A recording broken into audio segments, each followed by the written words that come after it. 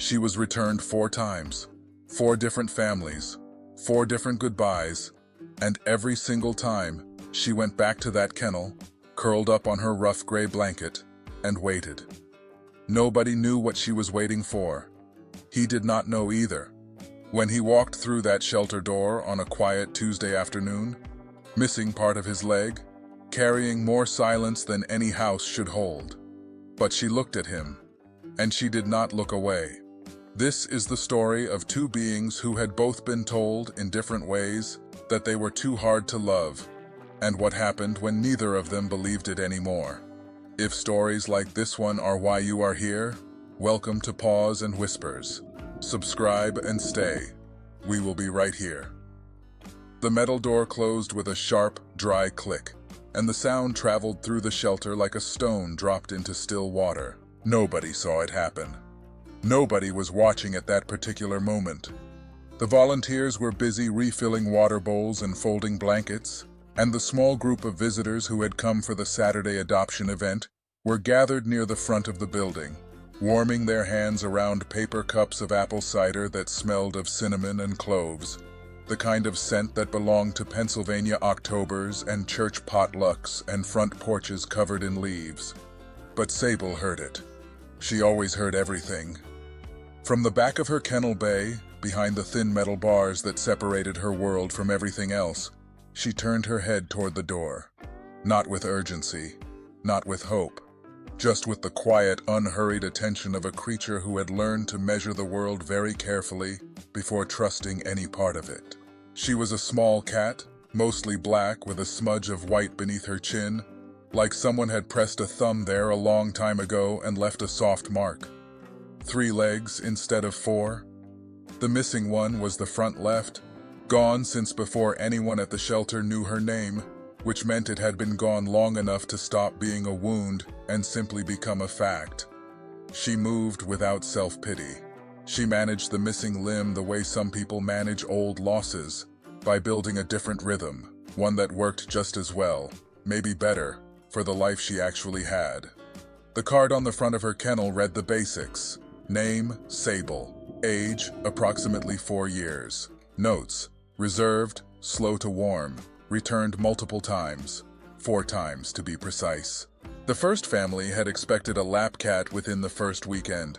The second had children who moved too fast and too loud for a creature that communicated in stillness.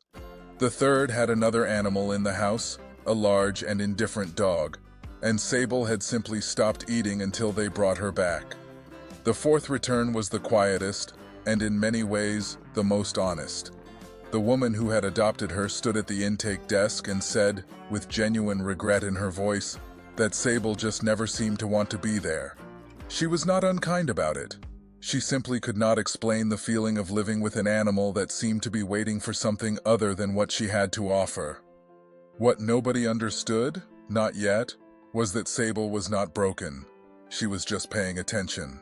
The adoption event that Saturday had the warmth and gentle bustle that the Millbrook Animal Shelter was known for in the small community outside of Lancaster. Lyrian Voss, the shelter coordinator, had been running these events for 11 years, and she had a particular gift for creating the right atmosphere. She arranged the chairs in a loose circle near the cat room, set out a folding table with a tablecloth printed with small autumn leaves, and made sure there was always something homemade nearby. A plate of pumpkin bread, a dish of sugar cookies shaped like paw prints. Families came through, grandchildren in tow, looking for the kind of pet that would sit in a sunny window and purr at the right moments. Most of the cats understood the assignment. They pressed against the bars. They chirped. They rolled onto their backs and showed their soft bellies with the unashamed confidence of creatures who knew exactly what they were doing. Sable did none of this.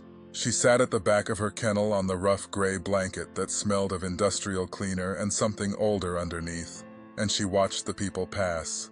She was not hostile. She was not afraid, exactly.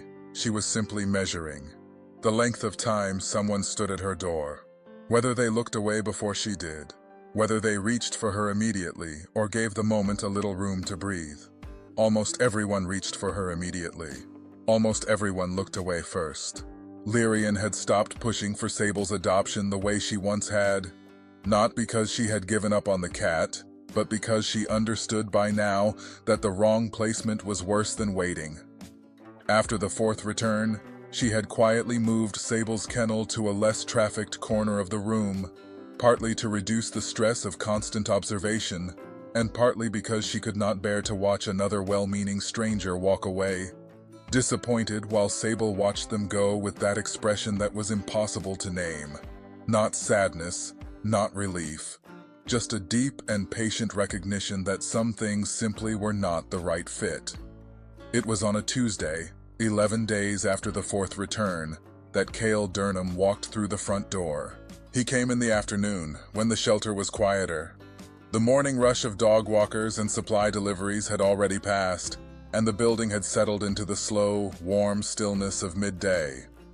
Lyrian was at her desk reviewing adoption paperwork when she heard the bell above the front door and looked up to see a man in his mid-40s, broad-shouldered, wearing a dark gray jacket, and moving with a particular kind of deliberateness. The kind that comes not from slowness, but from a body that has learned to compensate and has done so with considerable practice. She noticed the prosthetic leg below the left knee, the way she noticed most things, carefully and without making it the center of anything. He did not smile when he came in, but he was not unfriendly. He had the face of a man who had learned to hold most of his expressions in reserve, which was not the same as having no expressions at all. "I am not sure I am looking for anything in particular," he said, which was one of the more honest things Lyrian had heard in that room in some time. She showed him around. He walked past the dog kennels with the same quiet attention he seemed to bring to everything. He paused at a few of them, watched the animals for a moment, then moved on. In the cat room, most of the animals came forward. He watched them the way someone watches something without yet deciding what they think about it. And then he stopped in front of Sable. She was in her usual position, back of the kennel, rough blanket, eyes open. She did not move toward him, but she did not look away. Neither did he. The moment stretched in the way that certain silences do, not uncomfortably, but with a kind of weight that meant something was happening even if neither participant could have named it precisely. Lyrian came up beside him and gave the summary she always gave. 4 returns, slow to trust, needs a patient environment. There are some wonderful cats right over here that might be a better match for someone just starting out. Kael nodded. He looked at Sable for another long moment. Then he thanked Lyrian and left. The bell above the door rang twice, once when it opened, once when it closed. Sable watched the door for a while after he had gone. Then she turned back toward the wall. But that night, for reasons that Lyrian could not entirely explain when she thought about it later, she found Sable closer to the front of the kennel than she had been in months. Kael Durham's house was the kind of house that had stopped apologizing for itself. It sat on a short street of similar houses on the east side of town, a neighborhood built in the 1960s for working families, with small yards and deep porches, and the kind of trees that had grown fat and steady over decades. His house was clean and maintained, but spare. There were no decorations on the walls except a single framed photograph near the hall closet. A unit portrait from years ago. Faces in rows, everyone squinting in the same direction against the same sun. There was furniture enough for function. A kitchen table with 2 chairs, though only one showed use. A couch that faced a television he did not watch very often. He had been discharged from the Marines 4 years earlier. After an IED in a province whose name most people back home could not pronounce, took the lower part of his left leg and a portion of the hearing in his right ear. The hearing had come back mostly. The leg had not. But the prosthetic was a good one, fitted by a technician who took his time and asked useful questions. And Kael had learned to move through the world with it, well enough that most strangers did not notice until they noticed. What the discharge had not resolved was the silence. He had expected, after everything, to want quiet. He had wanted quiet for years while deployed, had imagined the absence of noise as something close to paradise. But the silence of his house was a different variety entirely. It was not the silence of rest. It was the silence of a room that had too much room in it, of days that moved without any particular reason to move at all.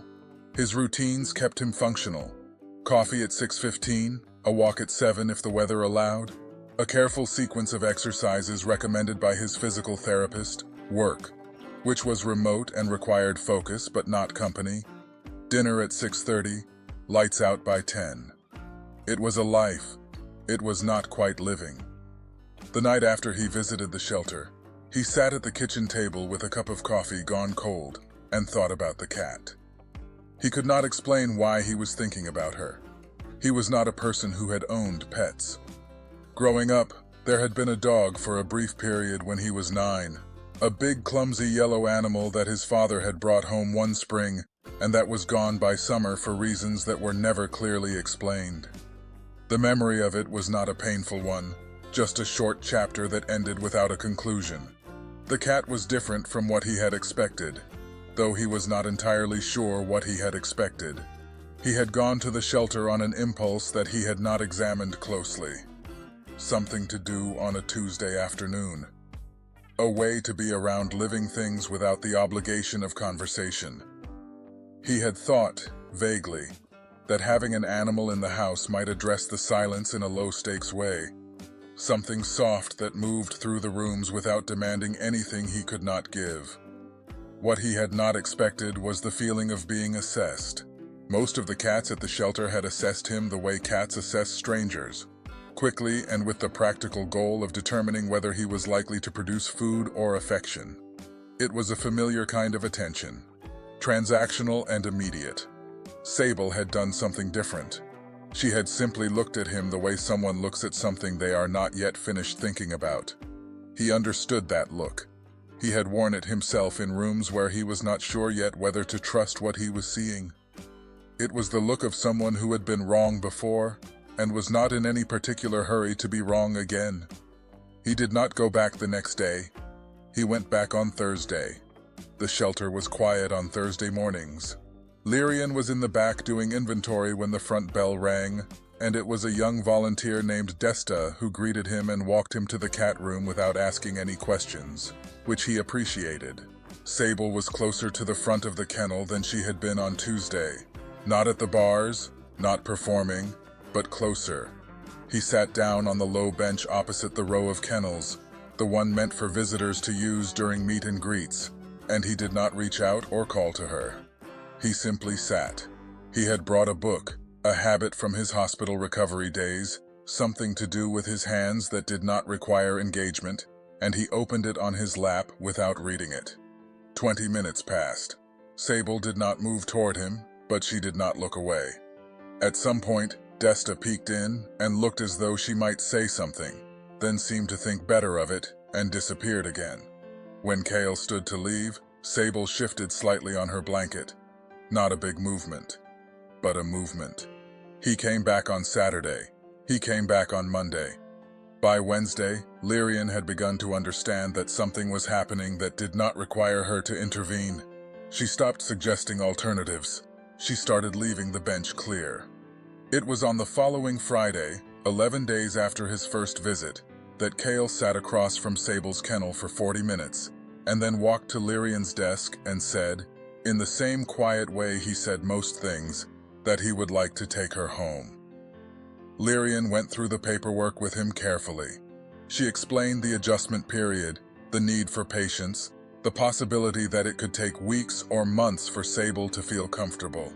She told him about the returns, all 4 of them, not to discourage him, but because she believed people deserved complete information. He listened to all of it. I understand, he said. She may never be a cat that sits in your lap, Lyrian added, because it felt important to say. I know, he said. He paused, and then he said something that Lyrian would think about for a long time afterward. I am not looking for easy. She finished the paperwork. When they opened Sable's kennel, the cat stood slowly. The soft sound of her 3-legged movement against the kennel floor was the only sound in the room. She stepped to the opening. She paused. She looked at Kael with those dark, careful eyes, and then she leaned forward and pressed the side of her body against his prosthetic leg. Not the other one, the prosthetic. Lyrian watched this and felt something happen in her chest that she did not immediately have words for. Kael looked down at the cat against his leg, and his expression changed in a way that was very small and very complete at the same time. He did not say anything. He reached down, slowly and without any sudden movement, and let his hand rest near her for a moment. Not touching, just near. She did not pull away. The first 3 days were hard. Sable disappeared within 20 minutes of arriving at the house. Not dramatically, without yowling or panic. She simply moved through the rooms with deliberate efficiency and found a space behind the tall bookshelf in the hallway, a gap just wide enough for her small body, and she went into it and stayed there. Kael set up the food and water where Lyrian had advised, away from each other and away from the litter box, close enough to where Sable had gone to retreat that she could reach them without crossing too much open space. He placed the carrier nearby with its door open, the blanket from the shelter tucked inside, because Lyrian had explained that familiar smells were important in the first days. He went about his routines. He did not talk to her at first, not because he was indifferent, but because he remembered what silence had meant to him in certain difficult periods, how the absence of pressure to respond had been a form of mercy, and he thought perhaps it might work the same way in both directions. On the second night, he heard a sound from behind the bookshelf, very soft, barely there, more of an exhale than a voice. He was in the kitchen at the time. He stayed where he was. On the third morning, the food dish had been visited overnight. He noted this without celebration, because he understood that celebration would mean nothing to her right now, and might in fact mean less than nothing, might register as a pressure she was not ready for. He refilled the dish and went to make coffee. The first week passed in this way. Evidence of her presence, paw prints in the dust behind the shelf, a slight depression in the carrier blanket, a water dish that needed refilling, but rarely Sable herself, and never for long. He found himself adjusting the house in small ways. He moved a floor lamp that had been casting a harsh shadow in the hallway. He found a second soft blanket, an old one from the closet shelf that had been there since before he could remember buying it, and placed it on the lower section of the couch. He lowered the volume on his phone. These were not dramatic renovations. They were the kind of adjustments a person makes when they have decided to make room for something, when the accommodating stops being effort and starts being instinct. On day 9, he came home from his Thursday walk and found Sable sitting in the middle of the hallway, not behind anything, just in the hallway. He stopped. She looked at him. He kept his movements slow and set his keys on the hook by the door without turning away from her. She watched him for a moment longer, then turned and walked, with her distinctive three-point gait, back toward the living room. He followed, at a careful distance. She went to the couch. She looked at it. She looked at him. Then she jumped up, managed the landing with the practiced ease of a cat who has long since worked out the physics of her own body, and settled on the far end, as distant from his usual seat as the couch allowed. He sat down on his end. They sat like that for 2 hours. It was the best evening he had spent in the house in longer than he could clearly remember. But the real test came on day 14. He had been having a difficult week, not in ways that were visible, but in the particular way that difficult weeks arrived for him. A heaviness in the morning that did not lift, a shortening of patience, a sense of walls that were slightly too close. It happened periodically, and he had learned to move through it the way he moved through most things, with routine and stubbornness and the private knowledge that it would pass. On that Thursday evening, he sat on the floor of the living room, which he sometimes did when the couch felt too contained, and he called Sable's name. Once, quietly, nothing. He called again. Still nothing. He checked her usual spots, behind the bookshelf, the carrier, the low corner of the bedroom closet she had claimed in the second week. Empty. He searched the house twice, His chest tightened in the particular way it did when things stopped making sense. He sat back down on the floor and told himself firmly that she was in the house somewhere, that cats did this, that disappearing was not the same as leaving. He sat in silence. He waited. For a long time, nothing. And then, behind him, almost too quiet to hear, the soft asymmetrical sound of 3 paws on hardwood. He did not turn around immediately. He waited. The sound came closer. And then Sable was there, sitting 2 feet behind him, perfectly still, watching him with the full attention she kept usually in reserve. He turned slowly to face her. She held his gaze. "There you are," he said. She blinked once, slowly, in the way that meant, in whatever language cats speak in the space between themselves and the people they are still deciding about. Something close to acknowledgement. He stayed on the floor. She stayed where she was, but she did not go back to hiding. November came in with cold rain and the smell of wet leaves, and the house on the short street settled into the particular rhythms of a place where 2 creatures have reached a quiet agreement about how to share space. Sable had chosen her territories with the precision of a general studying a map. The low end of the couch was hers from mid-morning until early afternoon. The wide windowsill in the bedroom belonged to her at dawn, when the light came in sideways and the street below was still empty. The hallway rug, an old braided one in faded blues and greens, was neutral ground. The kitchen was his mostly, except in the evenings when she would sometimes appear in the doorway and sit just inside the threshold while he cooked, watching the process with the detached curiosity of someone who has decided that observation is participation enough. Kael had begun to talk to her. Not constantly, not in the high-pitched register that some people used with animals, just the ordinary murmur of someone who has grown comfortable enough with another presence to think out loud. He would tell her about the weather while he checked the window latch.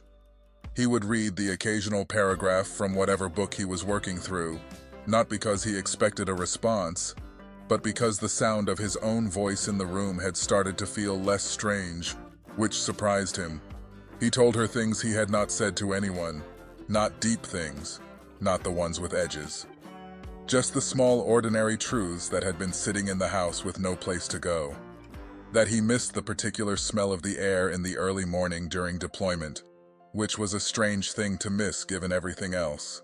That he sometimes watched the birds at the feeder his neighbor had put up across the street and felt something he could only call envy, though that was not quite right. That he was better in the house than he used to be. Sable listened in the manner she had for everything, with complete and unhurried attention. He had started visiting the shelter again, once or twice a month, helping with odd tasks that his physical capacities allowed, fixing a latch, moving supply boxes, sitting with the animals that needed company. Lyrian had started finding ways to make sure he was included in the practical life of the place, without ever making it feel like she was doing him a favor, which he recognized and appreciated without saying so directly. One afternoon in early December, Lyrian asked if he would be willing to have a short conversation with a couple who was considering adopting a cat that had been at the shelter for a long time. A tabby with anxiety who hid under the cage furniture and had already had one return. He sat with the couple, a woman named Marguerite and her husband Glenn, both retired, both patient-looking, and he told them what he knew, which was less about cats than they might have hoped, and more about waiting. About the difference between presence that asks for something and presence that simply offers itself. About how the slowest kinds of trust tend to be the ones that hold. Marguerite listened with her hands folded in her lap and her eyes very attentive. "How long did it take?" she asked. He thought about it seriously. "Longer than I expected," he said. "But I stopped counting at some point. I think that was part of it." She nodded slowly. They adopted the tabby 3 days later and named him Walter.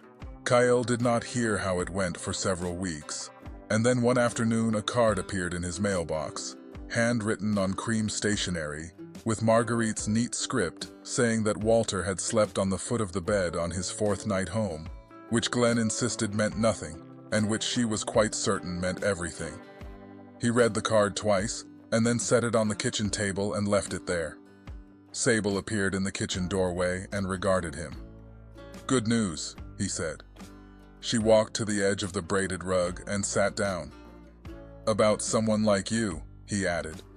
She tilted her head slightly to the left, which was something she sometimes did when she was processing information she had not yet categorized. He laughed. It was a short laugh, quiet, almost more exhale than sound. But it was a laugh. Sable looked at him with what he had decided, perhaps unscientifically, was approval.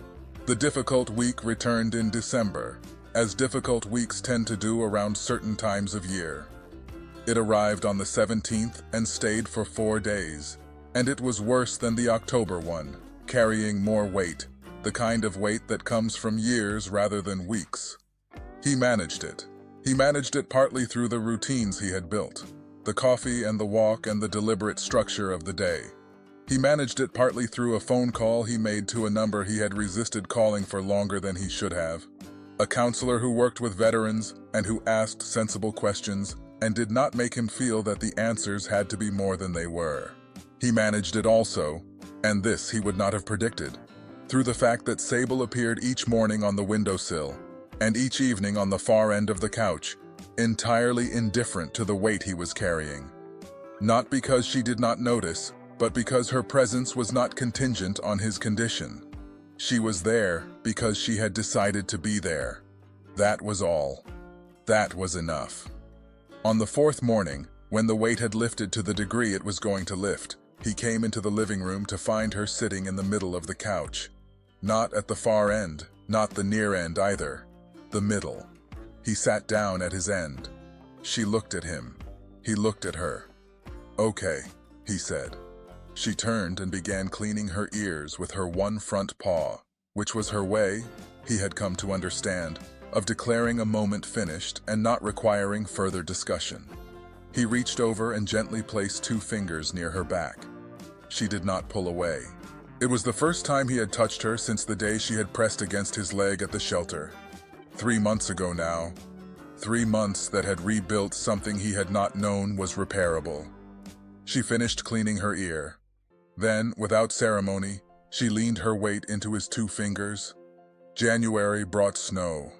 It came on a Sunday, in the afternoon, soft and steady, and by evening the short street had gone white, and the world outside the windows was very quiet, in the particular way that only heavy snowfall produces. A silence that is not empty but full, a hush with weight and texture. Kael had built a small fire in the gas fireplace that he had not used since he moved in, partly because fires required a kind of intention that the house had previously lacked, and partly because Lyrian had mentioned, offhandedly, that cats generally appreciated warmth in ways that suggested long ancestral memory. He made a pot of soup, the simple kind, with vegetables from a bag and broth from a carton and a handful of barley, because his grandmother had always put barley in soup, and the smell of it felt like a door opening into somewhere further back and quieter. Sable sat on the kitchen windowsill while he cooked and watched the snow with an expression of profound and undisguised interest. "You have never seen snow," he said. She pressed her nose briefly to the glass. "It is cold," he told her. "You would not like it as much as you think." She looked at him over her shoulder with the expression that meant she was taking his opinion under advisement, but had not yet decided to agree with it. He laughed again. The laugh came easier now. It came the way things come when they have been practiced. They ate in their respective ways, him at the kitchen table, her from her dish in the corner. And then they moved to the living room where the fire made the light in the room shift and glow in the manner of fires everywhere. The particular light that no other source quite replicates, something ancient and familiar in it, something that reaches back past memory. He sat on the couch. Sable jumped up beside him, not at the far end, not at the middle, beside him. He held very still. She turned in a small circle, once, twice, her 3-legged movement compact and sure. She adjusted. She pressed the top of her head briefly against his arm, and then she curled herself into his lap. He did not move. He did not speak. He was not certain, in that moment, of very many things. But he was certain of this room, this fire, this snow that was still falling outside the window, this small weight in his lap that had been given back 4 times to a place where it did not belong, and had waited, with a patience that most people never managed, for the one person who would not leave. He placed his hand, very gently, on her back. She breathed. He breathed. The fire moved quietly. Outside, the snow continued. He thought about the Saturday in October when he had walked into the shelter without knowing what he was looking for. He thought about the 11 days of visits, the bench in the cat room, the book he had not read, the way Desta had looked in the doorway and decided not to say anything. He thought about the 14 days in this house before she had come to find him in the living room, and the 4 days in December when everything had been heavier than it should have been, and how she had simply been on the couch when he came back each time. He thought about the 4 families before him. He thought, with something that was not quite sadness and not quite relief, but perhaps the place where those 2 things meet. About the nights she had spent in the kennel after each return, watching the door in the direction she always watched. She had not been waiting for anyone. He understood that now. She had been waiting to see who would stay. The distinction mattered. In the spring, Lyrian asked if he would speak at a small fundraising event for the shelter. Nothing formal. Just a few minutes about his experience, about adopting a cat with a history that made her harder to place. He said yes without much deliberation, which itself was a change from the man who had walked through the shelter door 6 months earlier. He stood in front of a room of 40 or 50 people, most of them older, most of them women who sat with the comfortable authority of people who have attended many such events and knew what they were hoping to hear, and he told them about Sable. He did not tell it dramatically. He told it the way it had happened, which was quietly and in small pieces, without any single moment that had announced itself as important. He told them about the visits before the adoption, about the 14 days of hiding, about the afternoon she had appeared in the hallway without warning, about the December week and what had gotten him through it. He told them about the night in January when the snow fell and she had come to his lap for the first time. When he finished, the room was quiet. Then a woman in the 3rd row, white-haired and wearing a cardigan the color of autumn rust, raised her hand. "Did you ever think about giving up?" she asked. "In those first weeks?" He thought about it honestly, because she deserved an honest answer. "Yes," he said. "Once. I thought she might need someone better than me." The woman nodded slowly. "What changed your mind?" He considered the question. "I remembered that she did not move when she was pressured," he said. "She moved when she was ready, and I thought that was probably true for me, too." The room stayed quiet for a moment. Then someone in the back began to applaud, and the rest of the room followed, and Kael stood at the small podium with his hands loose at his sides and felt something he had no precise name for.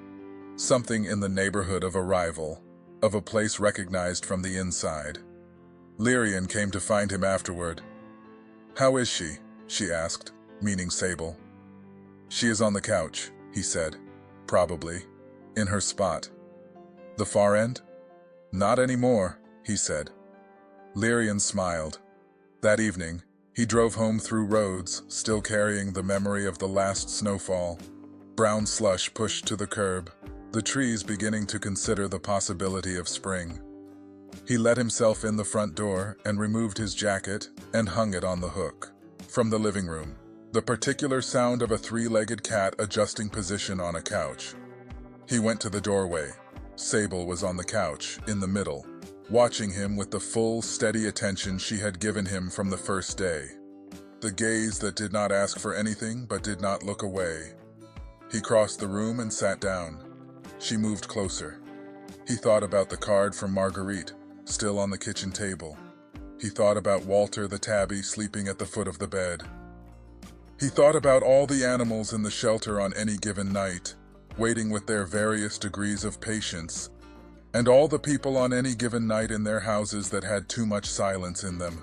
both waiting for something they did not yet have a name for. He reached out and rested his hand on Sable's back. She settled into it. Outside, the last of the afternoon light moved across the floor.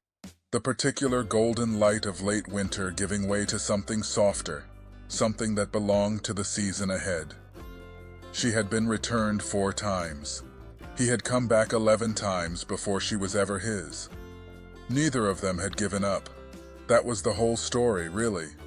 Or rather, that was the beginning of all the story that came after. Some things cannot be rushed. Some trust cannot be borrowed or demanded or won in a single afternoon. The kind of connection that holds, the kind that is still there after the difficult weeks and the heavy Decembers and the long silences, does not announce itself. It builds, in small pieces, the way a careful person builds anything worth keeping. Sable never needed to be fixed. She needed to find out who would not leave. And Kael never needed to be cured of anything. He needed to find out what it felt like to stay. They had found these things in each other, in a small town in Pennsylvania, in a shelter that smelled of disinfectant and cinnamon, and the particular hopefulness of people who had not yet stopped believing that the right match was always possible, if you were willing to be patient enough to let it arrive. The snow would come again next winter. The soup would be made again, with barley, because some things are worth repeating. And on the couch, in the light of whatever fire the evening offered, 2 creatures who had each learned that presence is its own kind of promise would sit together in the good and quiet proof that it is never too late to find the thing that makes the silence feel full instead of empty. She stayed, he stayed, and that was everything.